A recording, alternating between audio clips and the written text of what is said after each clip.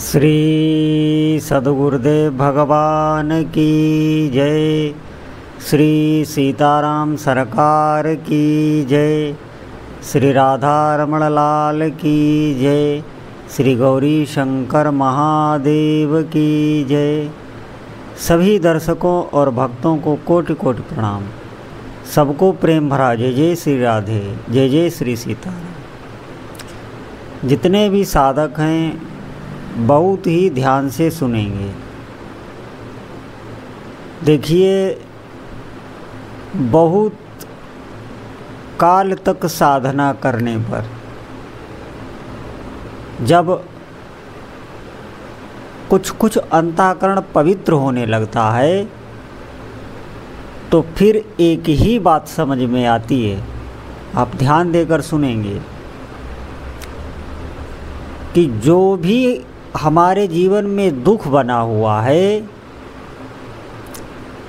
वो सिर्फ और सिर्फ इस संसार की ही देन है। संसार बाहर का नहीं, जो हमारे भीतर बैठा हुआ है, जिसे हम वासना कहते हैं। हमारी वासना, हमारी कामना, हमारी इच्छा ही हमें दुख देती है।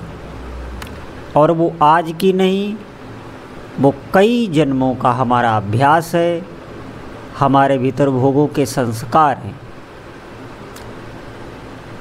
यही वासना मात्र दुख देने वाली है। और हम सभी उस ईश्वर से, उस परमात्मा से एक क्षण के लिए भी अलग नहीं हैं, उससे जुड़े हुए ही हैं।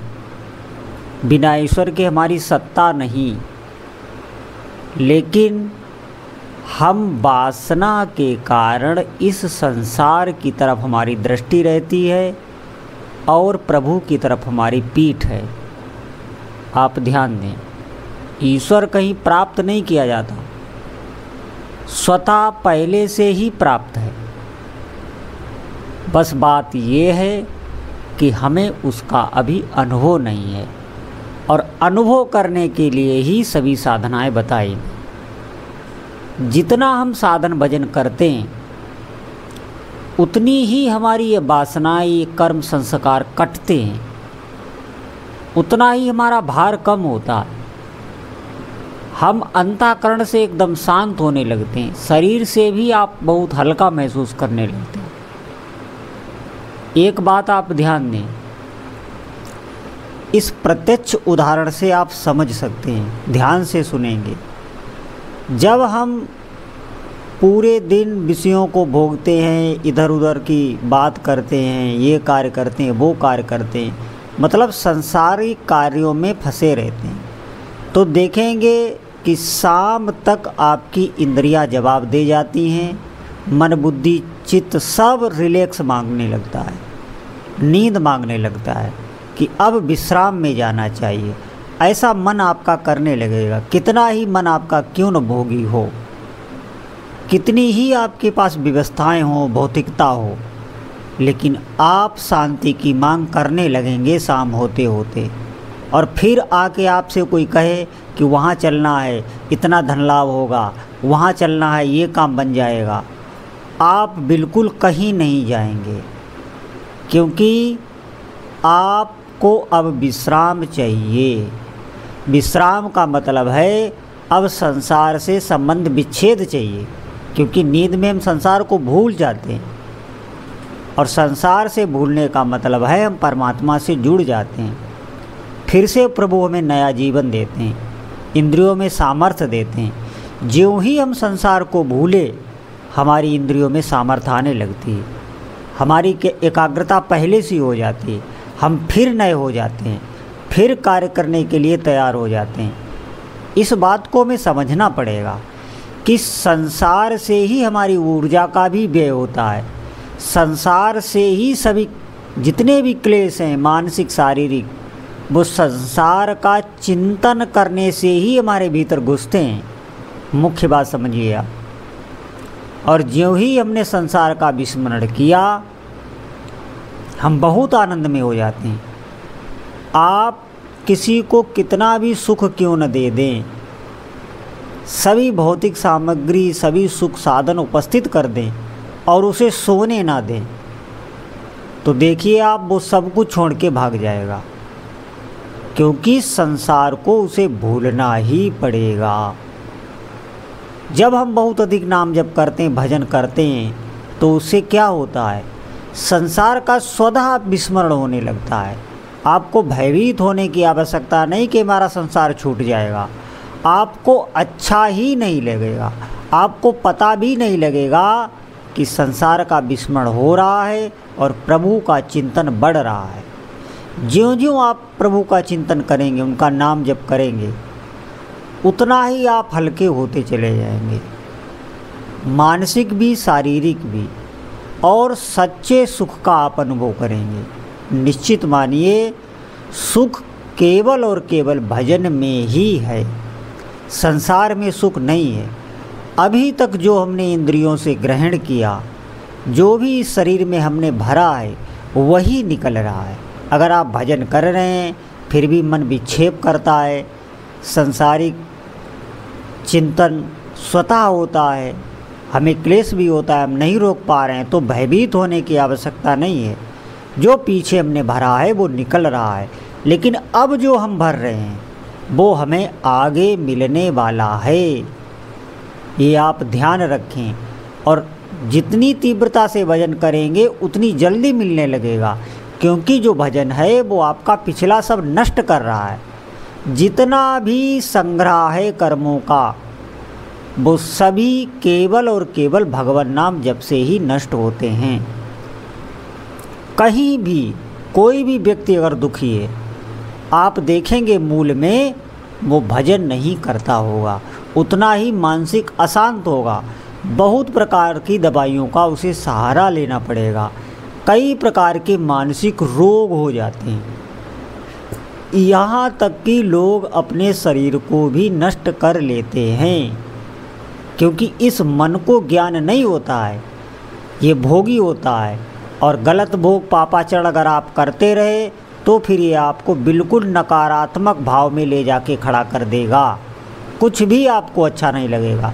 सब सुख सुविधाएं होते हुए भी आपको भय होगा, शोक होगा, चिंता होगी, और आपके पास कुछ भी ना हो और आप भजन करके पवित्र होने लगे हैं, तो कुछ भी ना होते हुए भी आप बहुत ही आनंदित होंगे और स्वयं को आप सम्राट से कम नहीं समझेंगे। ये ध्यान रखना। अगर कोई भी व्यक्ति हो, वो किसी भी पंथ का हो, किसी भी धर्म का हो, ये सबके लिए बात है। इस विधि से जो भी चलेगा, निश्चित इसी जन्म में वो आनंद को, सुख को प्राप्त होगा। सांसारिक जितनी भी जो लौकिक प्रसिद्धियां हैं वो भी उसे मिलेंगी, अगर उसने ठान लिया है कि अब हमें भजन ही करना है और भजन करने के लिए ही ये जीवन मिलता है, ये शरीर मिलता है। इसका महत्व तभी है, और किसी भी योनि में आप भजन नहीं कर सकते। समझ की होती है। अगर हमारे भीतर ये ठीक ठीक समझ आ जाए कि नहीं नहीं भजन से ही हमारे सभी कार्य बनेंगे, तो निश्चित मानिए आप पर पूरी भगवान की कृपा हो चुकी है। अब आपको और कृपा की आवश्यकता नहीं है। कोई भी साधक है, वो भगवान का अगर नाम जप कर रहा है तो और वो भगवान से कुछ ना मांगे, पूरी कृपा हो चुकी है। नाम, जितने भी सुख समृद्धि, जो भी आपकी आवश्यकता है, सभी आवश्यकताओं की माता पिता की तरह पूर्ति करेगा। आप देखेंगे जो लोग बहुत ही, जिनकी भौतिकता में बुद्धि प्रवीण हो चुकी है, संसारिकता में बुद्धि प्रवीण हो चुकी है, वो ऐसे ऐसे तर्क देंगे। सारे तर्क उनके हैं भगवान नाम की महिमा कम करने में, अपने सनातन धर्म की महिमा कम करने में बहुत उनकी बुद्धि चलती है, और उनकी तर्कों का कोई जवाब भी नहीं होता। आप ध्यान रखें, अगर आप अपनी पे आ जाएं कि ये बात हमें माननी नहीं है, तो आपको कोई मनवा भी नहीं सकता, क्योंकि जितनी बुद्धि में आपकी सामर्थ्य है उतनी बुद्धि सामने वाले की है और आप मानना नहीं चाह रहे हैं तो वो आपको मनवा ही नहीं सकता, कितना ही सिद्ध क्यों ना हो, ये ध्यान रखना। लेकिन इन सब बातों के पीछे एक बात समझ लेना, ये जो बुद्धि इतनी होशियार बनती है, ये बुद्धि जड़ होती है। जो भगवान नाम जप में इसमें चेतनता आएगी, जो भगवान के अधीन होने से इसमें शक्ति आएगी, वो इन संसारियों को कभी भी नहीं मिल सकती जो धर्म के विरुद्ध बातें करते हैं। आप एक बात ध्यान रखना, कितनी ही बुद्धि तीव्र हो आपकी संसार में, लेकिन जब भी आप पे कोई विपदा पड़ेगी अचानक से, तो वही बुद्धि कट जाएगी। दूसरों से मैंने देखा है उन लोगों को सलाह लेते हुए खुद का दिमाग काम करना बंद हो गया। बड़ी बड़ी बातें करते थे, लेकिन जब खुद पे आफत आई तो बुद्धि ने काम करना बंद कर दिया। यही एक भक्त के अंदर नहीं आता है, चाहे जितना भी बड़ा संकट आ जाए उसकी कभी बुद्धि कटती नहीं है। भगवान के अधीन होने के कारण उस समय प्रभु पूरी बुद्धि उसकी अपने शरण में ले लेते हैं, और वो जो भी ज्ञान आता है उस समय वो प्रभु की तरफ से ही आता है। आप भले ही ज़्यादा भजन ना करें, थोड़ा ही भजन करें, लेकिन फिर भी आपके साथ ऐसा होगा। तो ये ध्यान रखना है, उस समय ये दिमाग क्यों कट जाता है, ये जड़ है।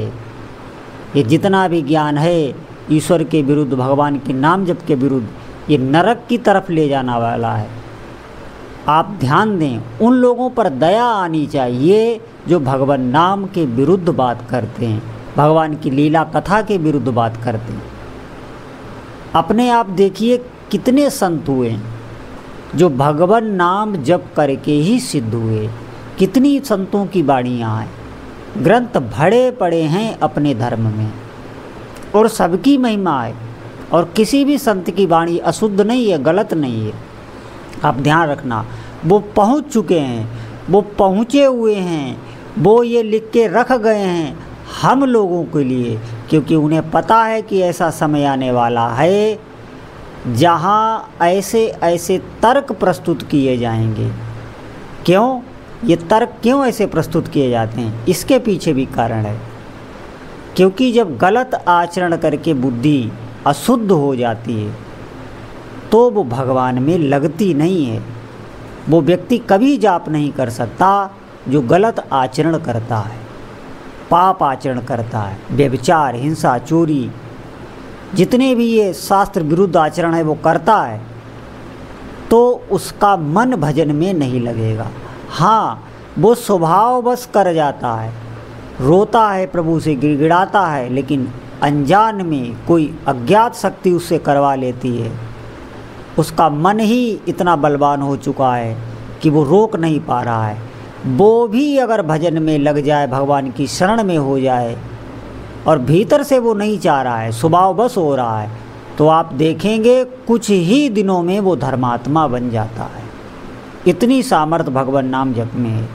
तो सभी साधकों से प्रार्थना है, बात सिर्फ समझ की है, हमें समझ लेना चाहिए। बहुत लोग कहते हैं हमारे शरीर में रोग है, हमें आलस है भजन करने में, भजन होता नहीं है, कैसे भजन करें। अरे भजन जीव से करना है। सबसे बड़ी बात है हमारे भीतर चाह नहीं है। आप जल के भीतर स्नान कर रहे हैं और आपके भीतर अगर प्यास नहीं है तो एक बूंद भी आपके मुख में जाएगा क्या? आपके भीतर प्यास ही नहीं है। इसी प्रकार भजन की प्यास हमारे भीतर नहीं है। ये प्यास कैसे जगे?